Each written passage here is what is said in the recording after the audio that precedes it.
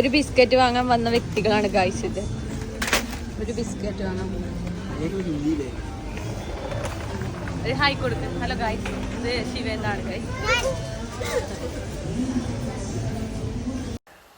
അപ്പോൾ വിച്ചൂട്ടൻ സ്റ്റഡി ലീവിന് നാട്ടിലേക്ക് വന്നിട്ടുണ്ടായിന്. അപ്പോൾ തിരിച്ചു പോവാന്നിപ്പോൾ ആ സമയത്ത് കുറച്ച് ബേക്കറി എല്ലാം വേണം ചേച്ചി എന്ന് പറഞ്ഞിട്ടുണ്ടായിന്. അങ്ങനെ വാങ്ങിക്കൊടുക്കാൻ വേണ്ടി നമ്മൾ ഷോപ്പിക്സിലേക്ക് പോയി.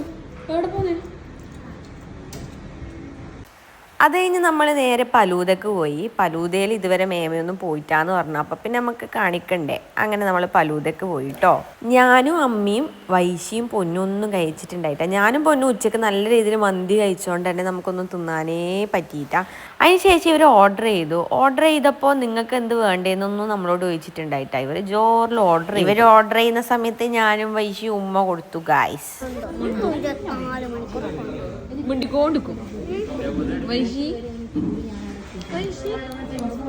നീ അങ്ങനെ ഉണ്ട്, അങ്ങനെ ആക്കണ്ട വൈശി, നീ അങ്ങനെ ഉണ്ട്.